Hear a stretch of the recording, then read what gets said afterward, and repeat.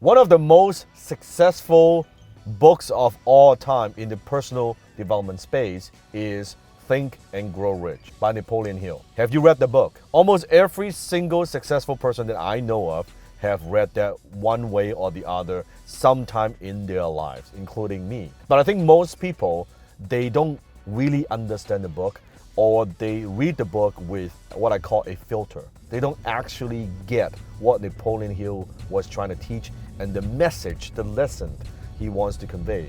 So how do you actually think and grow rich? By think and grow rich, it doesn't mean you just sit there and do nothing and you meditate and then money will fall on your lap. That's not think and grow rich. That's called meditate and grow poor, okay? That's nothing and grow rich. So what does it mean? Now, if you read the book itself, almost everybody likes the first chapter, desire. Having the desire, having that focus, having that drive to be successful.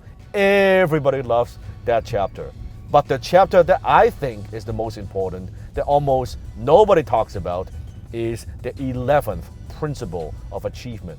And that is accurate thinking. Accurate thinking. What does accurate thinking mean? Now, I'm not talking about critical thinking. Critical thinking is analyzing the agenda and thoughts of others. Accurate thinking is you're looking at any situation or yourself or whatever is happening. What is the truth? What is true and relevant? That's called accurate thinking. It is the most difficult to do. Anything that we do, it is the most difficult to do. That's thinking time.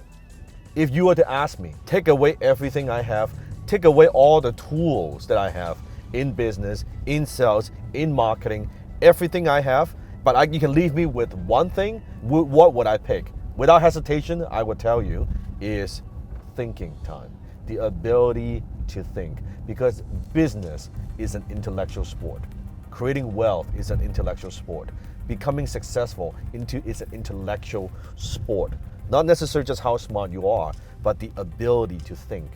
What is going on? Thinking time. Most people don't think enough. Henry Ford said it best. Thinking is the hardest work there is. That's why so few people engage in it. What do I mean by thinking? Does that mean you lock yourself in a room and just sit there and let whatever thoughts that come to mind and that's thinking? No. Let me teach you how to think. This is probably, to the right person watching this, it is the most valuable skill, the most valuable lesson that I could teach you. This is literally the one thing that has made me who I am today. The one thing that created Dan Lok. One thing, and that's thinking time. Here's how it works. The way you think is very simple. You get yourself in a quiet environment. Maybe you turn on some music, doesn't really matter. Thinking is nothing more than asking yourself profound and deep questions. That's what thinking is. I'll say it again. Thinking is nothing more than asking yourself deep and profound questions. When I say deep and profound, it means asking those questions that takes a little bit of time. You need to think about it, not a very surface level questions.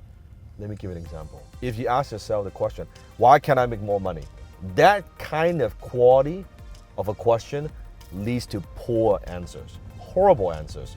Because think about it. You ask your mind, well, why can't I make more money? What comes to mind? Well, because you suck, because you're no good, because you're not worthy, because nobody likes you, because nobody wants to buy your stuff, nobody wants to do business with you, or maybe you don't have enough experience, you don't have a track record, you don't have enough resources, you don't know the right people. All this shit, how does that help you in any way? A better question to ask maybe perhaps is, well, how can I make more money?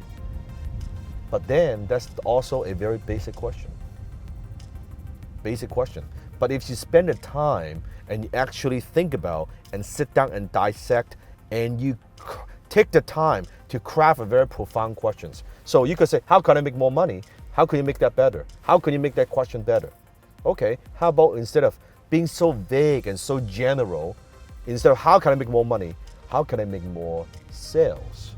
There's a difference. If you run a business, how do I make more sales? Okay, how about let's make it even better? How can I make more sales without getting any new customers? That's interesting. You see how now you're thinking from a different perspective. How about this? Let me add one more layer. how can I add more sales? How can I make more sales without adding any new customers and without adding any new expense? Now you see how that's a high quality question. What you do is thinking time. You put yourself in a quiet space. You write that questions at the top. How can I make more sales without adding any new customers, without adding any new expense? And now you sit down and you got a pen, a piece of paper, and you answer that. You take your time. Oh, well, I could sell more to my existing customers. Interesting. I can maybe increase my price so I can make more money. Interesting. Maybe I could also do a joint venture with someone where I only pay them on a performance basis. So if they bring in more sales, then I pay them. It doesn't add any more expense to what I do.